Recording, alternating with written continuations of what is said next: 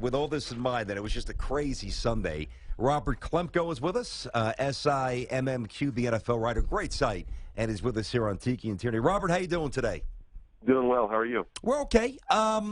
We just spoke with somebody from Denver about Payton's injury, and, he gave an interesting thought. Do you think that there's anybody in the franchise that privately, I don't want to use the word happy, but is okay with Payton going down just because it could change the dynamic of what they do on offense? Well, sure. I mean, that's certainly a possibility, but everything that they did this offseason was fashioned around the idea that they could win a championship with Payton Manning this year. I mean, it's not like they've started building and looking towards the future in terms of the quarterback position. Nobody really knows if Brock Osweiler is the guy. If they wanted Payton out and wanted to, try out a different quarterback, they probably would have drafted one in the first or second round last year. So I think all their success this year hinged on Payton Manning. And Brock Osweiler didn't look terrible in garbage time yesterday, but I think overall that organization has got to be pretty upset about this injury. Yeah, I think they're upset, but at some point when Payton is compromised, he can't get the ball downfield, so you see defenders just squatting, waiting for him to throw underneath, and they can break on it. How do you tell the legend that Payton Manning is that he's got to sit down? I think Payton can look at the film and know that. I mean, he can't be having much fun on Mondays and Tuesdays watching any of these games. I mean, that injury that he has to his foot is probably more critical than anything he's dealing with in his fingertips or his neck, not being able to step up and drive off of that right foot. I mean, that's going to kill any quarterback, whether you're the greatest or just some fringe guy. Rob, can they get it done with just defense? Some teams, they win like that. We saw Seattle do it. Can they get it done with as good as this defense has been? Well, if you're going to try to get it done with just defense, you also have to have a really good running game. I mean, Seattle had Marshawn Lynch, so that's point. Not really a fair comparison. The last team to really win a Super Bowl with just defense before Seattle was the 2001 Ravens, and they had Jamal Lewis. So I think if you're going to try to do that, you have to have a great running game. The Broncos don't have that. I mean, they've got Hillman, they've got C.J. Anderson. Both guys do different things, but they're not dynamic running backs. You have to have great quarterback play, and Brock Osweiler, to his credit, looked pretty strong at the end there. But they've got a nice lead in the division. Obviously, the Raiders are kind of sneaking up behind them there, but they take a hard loss against Minnesota. I think if Payton doesn't play until the last couple weeks of the season, they still have a great shot at being in the playoffs. The main thing right now is getting him healthy. Yeah, I hear you. It says Robert Klemko, SIMMQB.com writer. He's with us here on Tiki and Tierney. You mentioned the Raiders. A few teams this weekend kind of leaped back into the conversation of relevance. One would be the Bills by beating the Jets. Kansas City is still within shouting distance. Miami is still not out of it, and the Redskins as well in the NFC with a very, very congested NFC East. Of those teams I mentioned, which team jumps out as a real possibility to maybe sustain this for a couple of weeks and really further fortify their position? I'd have to go with the Redskins just because of the quarterback play. I mean, Kirk Cousins, everybody thought he was washed up after his first couple starts in place of Robert Griffin, and that they needed to go a different way with the quarterback situation. But he has one of the great Washington quarterback performances for the ages on Sunday. And they've also got a really underrated defense, one that'll struggle if they're on the field a lot. But if you can continue to sustain drives on offense, I think Washington has the pieces to be great on defense. Yeah, especially when you got a run game that's as good as those two-headed guys that they have.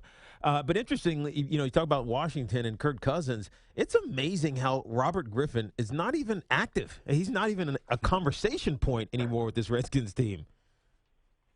Yeah, I mean, I think Gruden found out what Mike Shanahan found out early on, which is that Robert Griffin didn't have the desire to study and game plan in the nuance of football as much as Kirk Cousins or any of the other quarterbacks on that roster did. Not to say that Robert Griffin wasn't a hard-working guy, but the book on him was that he'd rather be in the weight room than in the film room. And I think it has to be just the opposite for most quarterbacks in the NFL. By the way, Teak, you know what? When we were having the MVP discussion before, we left out Andy Dalton unintentionally. Good point. And I wanted to throw this by Robert. We were throwing around a few names. Cam Newton, certainly. I'm really supporting him big time. I think he's done so much for a team that's got glaring holes everywhere on offense. How does it shake up? I mean, obviously Brady is Brady, but Rodgers has dipped a bit. How do you view the MVP race so far, Rob? Well, I think we saw Rodgers falter a little bit in the last couple months. I don't think that's all his fault, but he's not carrying a team the way Tom Brady is. I mean, Tom Brady essentially has two guys to throw to now that you have the injury to Edelman. So, Edelman. So I would give it to Tom Brady. I mean, you could make a case for Andy Dalton, but he's had all these homegrown weapons around him now that are better than anything Tom Brady has had in the last 5 or 6 years. A.J. Green, Tyler Eifert, now emerging after that ankle injury in the beginning of the last season. So I think he's got a little bit of a better supporting cast on offense than Tom Brady does. Yeah, from the story of this week to the story of last week, and they're continually bad stories. The Dallas Cowboys, they go down to Tampa, they lose. We know that you were in the locker room last week with the whole Dez Bryant blow-up. Explain what went down and what is the issue with Dez, because it seems to be carrying over onto the field as well. Yeah. I mean, I don't want to dwell on it. I went into it a bunch that week, and now it's a new week. But basically, Dez Bryant was upset with a media member there for writing a column that led with, I guess, called him petulant. And Which he is. Yes. Go ahead. He blew up on that guy, and then he accused the writer of calling teammate Devin Street the N-word, something else nobody in the room heard, and then blew up on the rest of the media and challenged us to report that and cussed at us. And I then reported that he had blown up on the whole group, and then he saw the tweet in real time about 45 seconds later, and then went into it with me. And it's two things kind of jumped out at me. It's bizarre to me that Dez Bryant, a person of his talent, cares that much about what people are writing and what people are saying. And then the other thing is just the kind of malaise in that locker room. It wasn't like everybody was jumping to Dez Bryant's defense. It was like some people were laughing. Some players were like, I wish I could Snapchat this. Yeah. Jeez. So it wasn't as bad as he Dez was being making it Dez. out to be. But Rob, here's the problem. It carries over to Sundays. I think when Tony Romo comes back, it's not even going to matter. How many teams in the NFL would be successful if you lose your quarterback and your top wide receiver for any extended not very period of time? many. Not very many.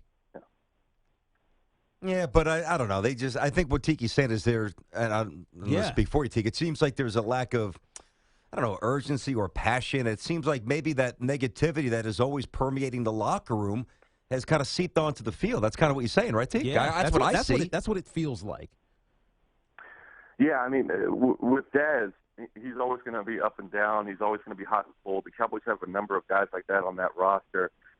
They don't have an environment that is insulated the way a lot of teams do, the way the successful teams do, to where the outside factors don't affect them as much. So when you do lose a Tony Romo, it sends things spiraling out of control. Tony's doing everything he can to kind of shore up that locker room. I mean, he's really active in terms of game planning on the sideline, behind the scenes there. He's still seen as much as he always was, but I think, as you know, Tiki, it's very hard to really be a part of everything in the day-to-day or operations of the team if you're ultimately not playing. Yeah. Robert, I wanted to ask you one thing about Jason Garrett. It's Robert Klemko from SI's MMQB, writes for him, terrific site, Tiki and Tierney, CBS Sports Radio. The way to explain it, and many people do explain it away, is, well, the shadow cast by Jerry is just so overwhelming that the pecking order is what it is, and no coach would escape that shadow. Well, I mean, listen, Jason Garrett, can you try? It just seems like he's so accepting of some of the circumstances that, I don't know, I don't think every coach would allow the nonsense to go on as long as Jason Garrett has. That's just my opinion. Am I off base? Oh, I think you start to. I think you're right. I mean, I think you start to make your coach look like a lame duck coach when he's the only one reprimanding or publicly condemning the things that guys like Greg Hardy are saying, and you're in philosophical disagreement apparently about his place on the roster. That's a big point of contention there, and Jason Garrett obviously has no say.